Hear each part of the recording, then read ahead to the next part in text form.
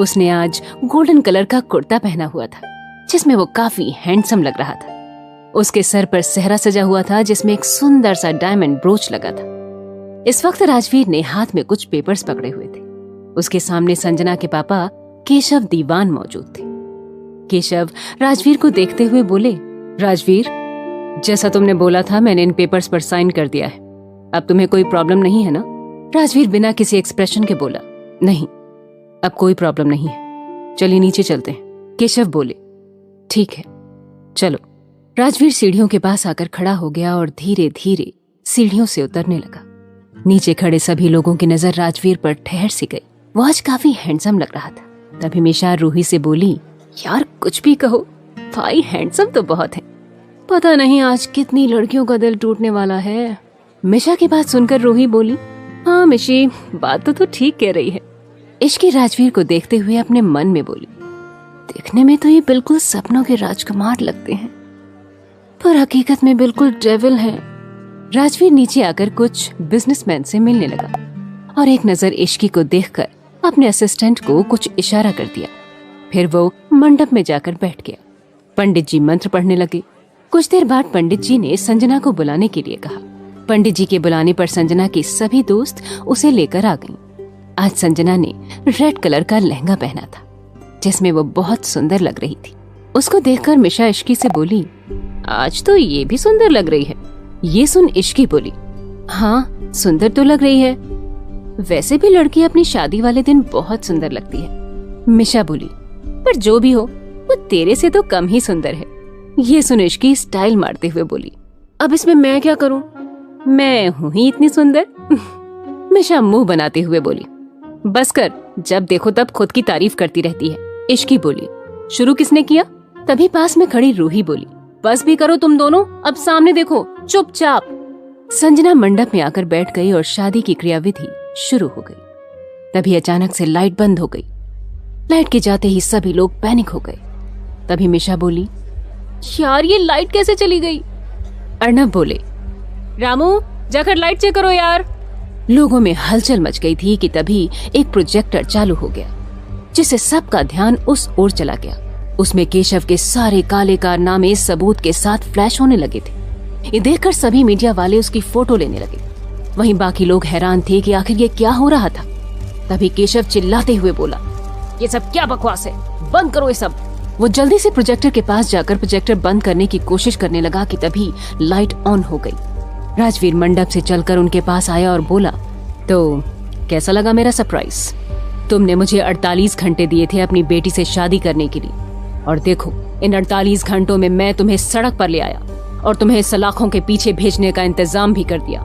राजवीर ने एक बार सभी लोगों की तरफ देखा, फिर एक डेविल स्माइल के साथ बोला, अब देख लिया ना राजवीर सिंघानिया से उलझने का क्या अंजाम होता है। आज पूरे देश ने देख लिया कि किस तरह से तुम इस देश के साथ गद्दारी कर रहे थे। इसे बोलते हैं जैसा मुंह वैसा तमाचा। ये कहते ही राजवीर ने अपना सेहरा उतारा और गुस्से से आगे बोला, ये शादी तुम्हें सबके सामने एक्सपोज करने का सिर्फ एक बहाना था ताकि सभी लोग जान लें कि राजवीर से टकराने का अंजाम क्या हो सकता है। राजवीर के इतना कहते ही घर के अंदर पुलिस टीम आ गई और केशव को अरेस्ट करके अपने साथ ले गई। जल्दी ही सबको समझ आ गया था कि राजवीर ने केशव दीवान को पकड़वाने के लिए ही शादी का जाल बिछाया था। ये सब देखकर इश्की मिशा से बोली, यार मिशा ऐसा लग रहा है जैसे हम किसी मूवी का सीन देख रहे हैं। उसकी बात सुन मिशा बोली, हाँ यार तू सही कह रही है, भाई कब क्या करते हैं कोई नहीं समझ सकता। कुछ देर बाद सभी मेहमान वहां से चले गए। वहीं मीडिया वालों ने राजवीर से कुछ सवाल किए और फिर वो लोग भी वहां से चले गए, सिवाय पंडित जी के, क्योंकि उन्हें वहां रुकने के लिए बोला गया था। सबके जाने के बाद हॉल में बस घर वाले इश्की और संजना रह गए थे।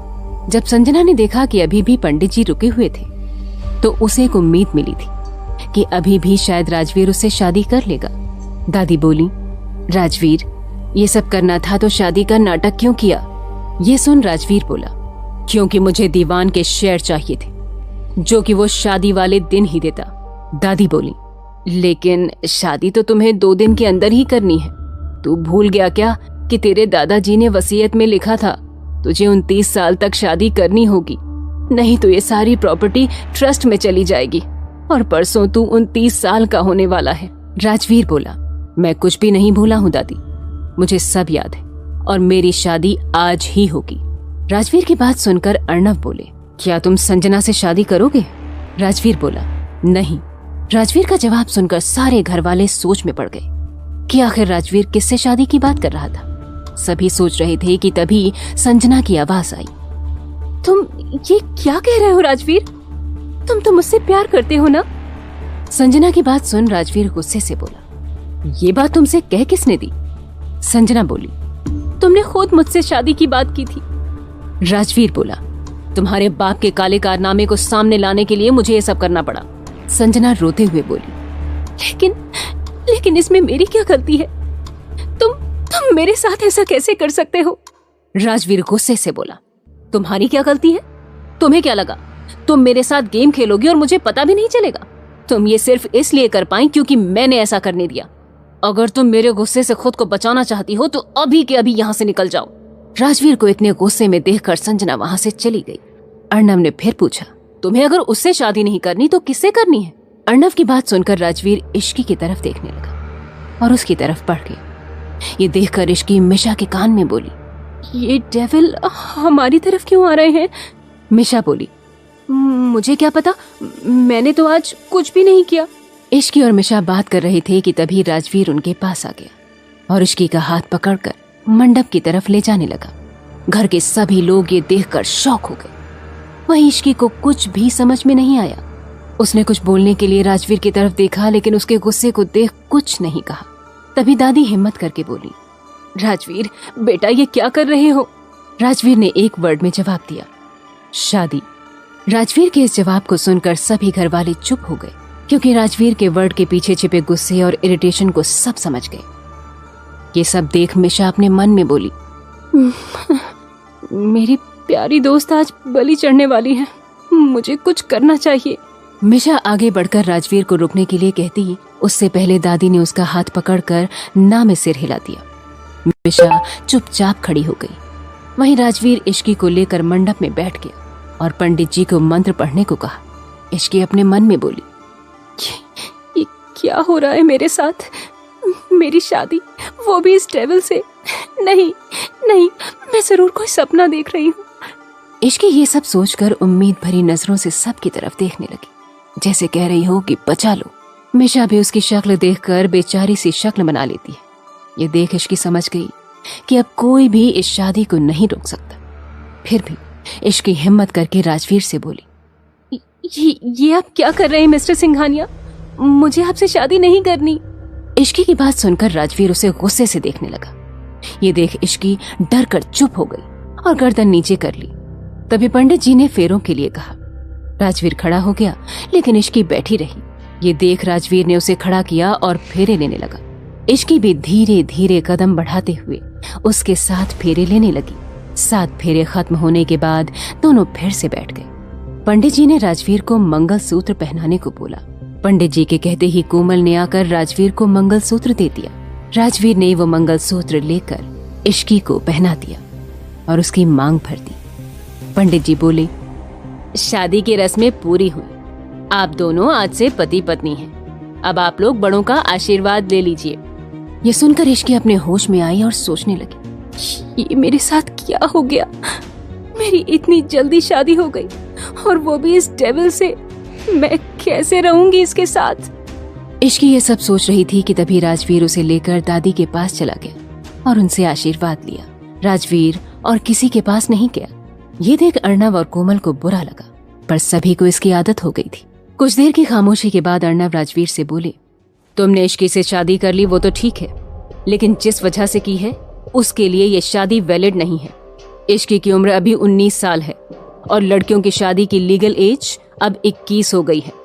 कोर्ट इस शादी को एक्सेप्ट नहीं करेगा और तुम्हारी मैरिज भी रजिस्टर नहीं होगी। राजवीर अर्णव की बात सुनकर बोला, आप इसकी चिंता मत कीजिए, मैंने वसीयत में अपनी शादी की एज 29 साल से 32 साल करवा दी है। इसका मतलब हमारे पास इश्की की उम्र 21 साल होने तक का टाइम है। जब इश्की 21 साल की होगी तो शादी रजिस्टर हो जाएगी। ये कहते हुए राजवीर सीधे अपने रूम में चला गया और नीचे सभी लोग खड़े उसे देखने लगे। उसके जाने के बाद कोमल इश्की के पास आई और उसे प्यार से आशीर्वाद देते हुए बोली, बेटा अब इस पवित्र बंधन में बंध गई हो तो इसे पूरे दिल से निभाना। ये सुनते ही मिशा बोली, पवित्र बंधन में या जबरदस्ती के बंधन में? अपने भाई को रोका क्यों नहीं? उसकी बात सुन दादी बोली, मिशा शांत हो जाओ, जो होना था वो हो गया। वो इश्की के पास आई और उससे बोली, इश्की बेटा तुमने अभी तक राजवीर का सिर्फ गुस्सा देखा है, लेकिन मेरा यकीन मानो उसका दिल बहुत साफ है। इश्की ने कुछ नहीं कहा, वो चुपचाप सबकी बातें सुन रही थी। तभी मिशा उसका हाथ पकड़कर अपने रूम की तरफ ले गई। अंदर जाते ही इश्की मिशा से बोली, पता है मैं मंडप में उस दिन को कोस रही थी जब मैं तुमसे मिली। मिशा ने उदास होकर इश्की से पूछा, अब इसमें मेरी क्या गलती है? इश्की बोली, गलती तो मेरी भी नहीं है। ये सुन मिशा बोली, तू कुछ बोली क्यों नहीं? इश्की बोली, मैंने कहने की कोशिश की लेकिन उन्होंने ऐसे घूर कर देखा कि मैं चुप हो गई। मिशा बोली, हाँ तो चुप होने का नतीजा देख, अब तो उनकी पत्नी बन गई है।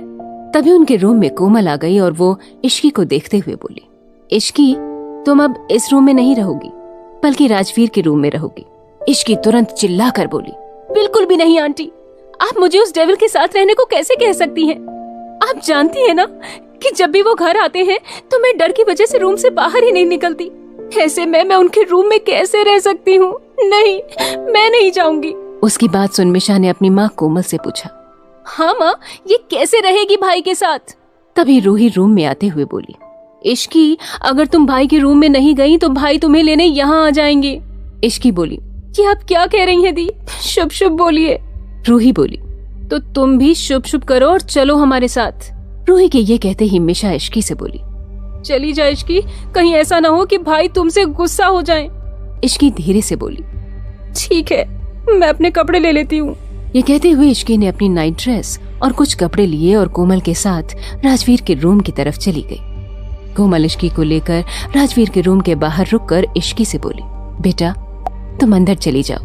ये सुन इश्की बेचारी सी शक्ल बनाकर बोली, एक तो आप मुझे डेविल के हवाले कर रही हैं, ऊपर से आप अंदर भी नहीं जा रही हैं। कोमल ने इश्की के गाल पर हाथ रखकर बोला, ऐसी बात नहीं है बेटा कि मैं तुम्हें अकेला छोड़ रही हूँ, बल्कि बात यह है कि राजवीर के रूम में सभी घर वालों को जाना मना है। ये सुनते ही इश्की बोली, तब तो मैं भी अंदर नहीं जाऊंगी, क्या पता मुझे देखकर वो गुस्सा हो जाए। कोमल जी बोली, ऐसा कुछ नहीं होगा, राजवीर तुम्हें कुछ नहीं कहेगा, तुम अंदर जाओ। इश्की ने आगे कुछ नहीं कहा और वो रूम का दरवाजा खोलकर अंदर देखने लगी। फिर कोमल से बोली, ये कितना बड़ा रूम है, ऐसा लग रहा है कि अंदर एक अलग ही दुनिया है।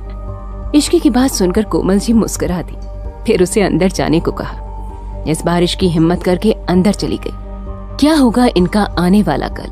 क्या इश्की और राजवीर निभा पाएंगे इस रिश्ते को? कैसे निकलेगा राजवीर आने वाली परेशानियों से? कैसी होगी इनकी फर्स्ट नाइट?